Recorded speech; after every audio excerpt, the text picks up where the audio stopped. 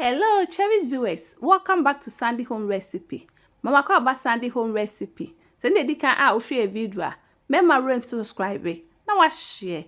Now I like it. No me a notification bell no. Say the video be a better one on Sabeka. To my returning subscribers, thank you so much for your support. May the good Lord bless you all. And if you say be PINKASO, may you na me taste no. It tastes really nice. All ingredients are written in the description box below. Uko description box na ingredients ni na yede ewo. Yes, start. Ube blend you onion, pepper, spring onion. What do you see in chain? Only 1.5 cup all-purpose flour gu ubomu. 1 teaspoon salt akaho. 1 teaspoon yeast. 1 mixing it together. We are now the blended mixture near the egumu. 1/4 cup water. But we the begumu little at a time. Now one mix it together.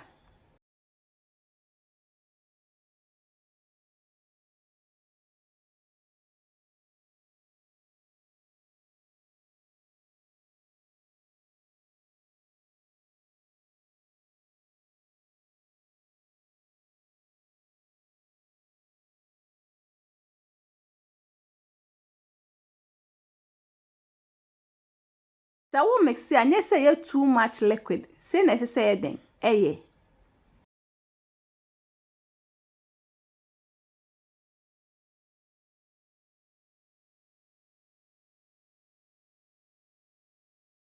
Wakatas no just work for 2 hours.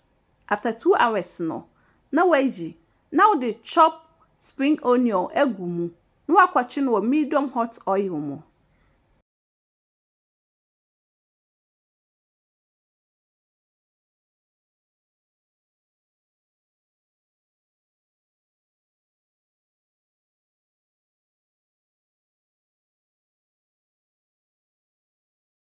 What's ya? Say wo de onsa ebo mu tokuro ansa na wo de ato anwane mu. Sa na be ni na akosi tama wo be chie den ewie.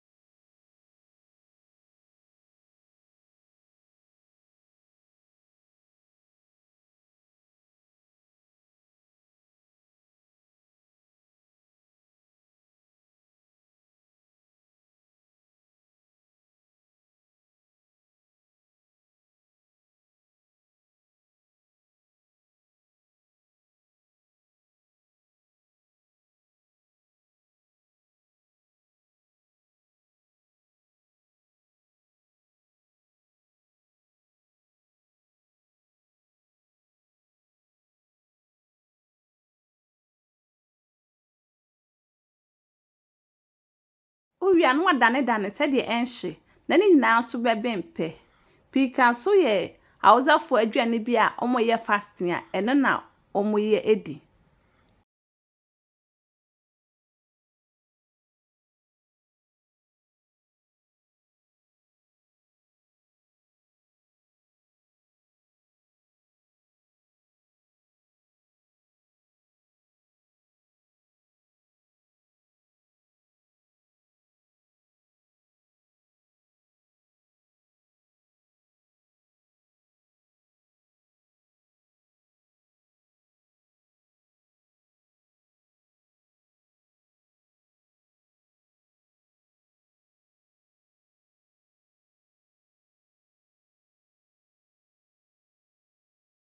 aha no akakra na aye ready na we ye fi anwane mu wo de agu tissue paper so ansa na wa serve wo sugar white one na betimi de aka ho eden I enjoy.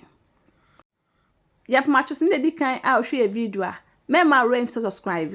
Now I share. Now I like it. No me a notification bell no. Say the video be a better one Sabeka. Me ye na me tasty and it tastes really nice. You will love it if we give it a try.